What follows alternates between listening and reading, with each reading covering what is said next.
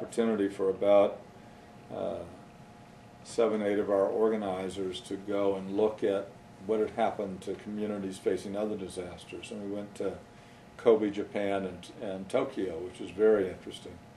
Kobe, Japan had the earthquakes and fires that were devastating. It was 13 years when we went there, so it was probably now 16 years ago or something like that. Population had recovered, but even though Japan did exactly the opposite of the United States, Japan immediately, within 30 days allocated the rebuilding money and made the priority the poor and the old, as opposed to in the United States it took more than 6 months to get the first appropriation through Congress. Part of it was this march that's pictured on the back, where we took, hundreds and hundreds of Katrina survivors to Washington to help lobby from around the country to finally get that to break through the votes. But the priority was not rebuilding housing for the poor, as in Japan, or senior citizens. But even in Japan, where it had been, it took 13 years to recover the population in Kobe, and they still were not able to ever get back many of the elderly and low-income folks, because people, once relocated, didn't have the resources to relocate, found jobs, family problems.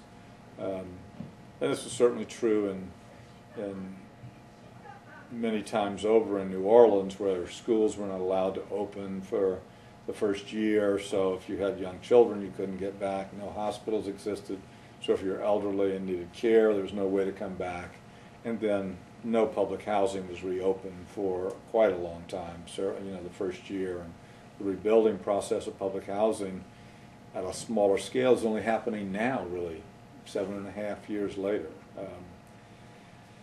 So how ACORN was able to play a role to both, this was where our national organization was headquartered at the time, so there were 40 to 50 people that worked out of the building. Our office did not flood, but it still took 3 months to be able to come back. The roof obviously went. We worked out of the Baton Rouge office. People worked out of wherever they could.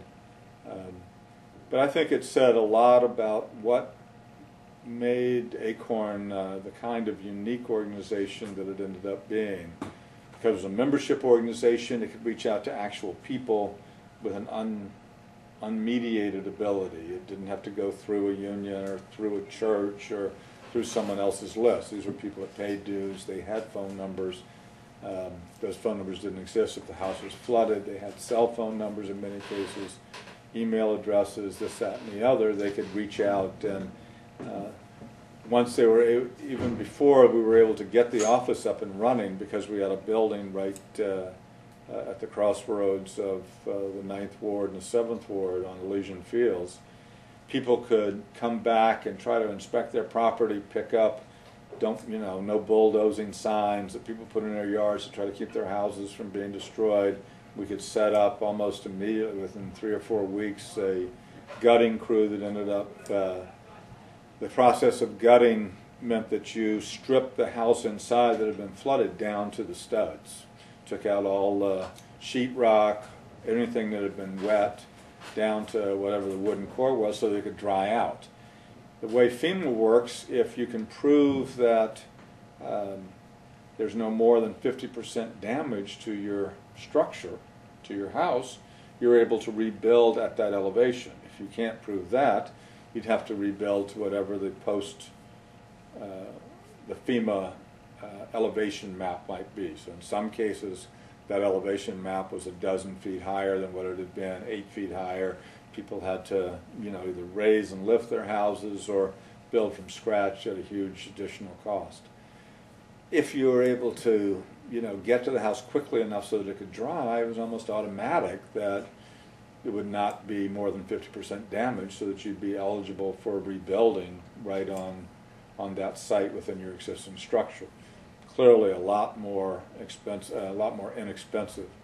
In a survey that Columbia Universities and Cornell combined to do for us, they found even throughout the 9th Ward that about 85% of the housing, even no matter how flooded, was able to be rehabbed more cheaply than it would have been to do new construction. So whether, to the core of making what became the People's Plan, that was a process of residents coming back as well as participating in other cities to make a comprehensive plan for how they would argue the rebuilding, is part of what led, and this was the first sort of end of the book, the city to decide of the 13 neighborhoods that were going to get funding that the Ninth Ward with part of New Orleans East got the highest amount of commitment of funding to rebuild, where previously in the first sort of elite business plan there had been a X that the newspaper put on because the argument was that you didn't rebuild the neighborhood whatsoever.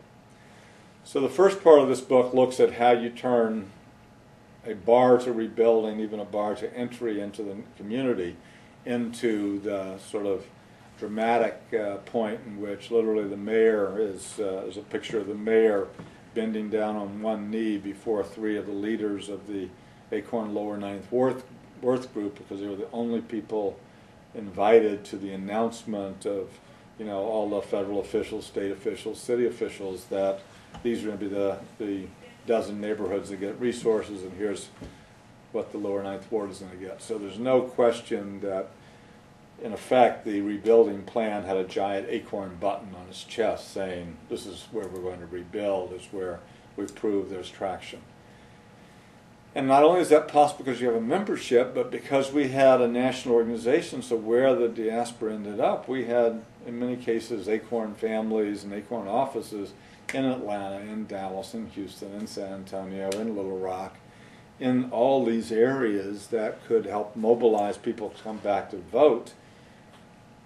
Candidates for election, city council, mayor, literally came to Houston to rallies organized of ACORN members and others in the diaspora. So it became very difficult if you had ward-based elections, as we have in New Orleans, 2 at large and the rest are all by districts, to not understand that you needed people who were going to vote and be willing to vote either absentee or come back to the city to vote. So for all the elite efforts to not allow rebuilding, those people who were elected officials, ACORN was not a tax-exempt organization. It was a nonprofit, but if the members wanted to be involved in politics, there was nothing that stopped a member from being involved in politics. So they campaigned, they vote, we ran JOTV efforts. There were pictures on the front page of the local newspaper, the New Orleans Times-Picayune, of ACORN buses bringing people in to vote at the in Lake Charles and Shreveport, and the out of New Orleans voting places that we won for people. So we bussed them in from Houston to Lake Charles to vote, and from Little Rock to Shreveport to vote. And you had to have an organizational structure and capability that allowed you to do that, and not being constrained around political activity meant that we could. So there were a lot of things that were actually ACORN's ability to rise to such a unpredictable, unexpected, out of its experience challenge, and meet that challenge because that's what its membership and constituency demanded, I think was a huge, it spoke to not only the resilience of the membership, but the uniqueness of the organization as an organization close enough to its membership to be able to respond. And then the rest